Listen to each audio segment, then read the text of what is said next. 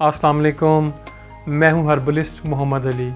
आज मैं नज़र की कमज़ोरी, याददाश्त की कमज़ोरी और सर दर्द के लिए एक ऐसा नुस्खा लेकर आया हूं जिसके इस्तेमाल से इंशाअल्लाह ताला आपकी नज़र भी ठीक होगी, आपके जो सर का हेडेक है वो भी ठीक हो जाएगा और आपकी मेमोरी भी स्ट्रॉन्ग होगी।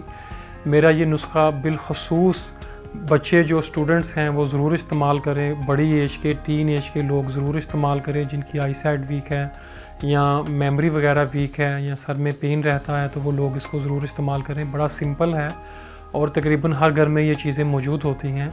आपने बादाम लेना है, इसके साथ आपने सौंफ लेनी है और मिश्री लेनी है। इन तीनों चीज़ों को आपने हम वज़न लेना है और इन तीनों चीज़ों को आपने ग्राइंड कर लेना है, पीस लेना है और चाय का 1 चम्मच यानी कि टीस्पून आपने दूध के साथ सुबह और शाम आपने लेना है।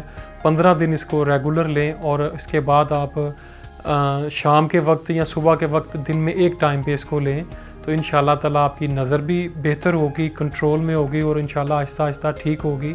आपकी मेमोरी भी स्ट्रॉन्ग होगी और आपके जो सर का दर्द है वो मुकम्मल तौर पर ठीक हो जाएगा।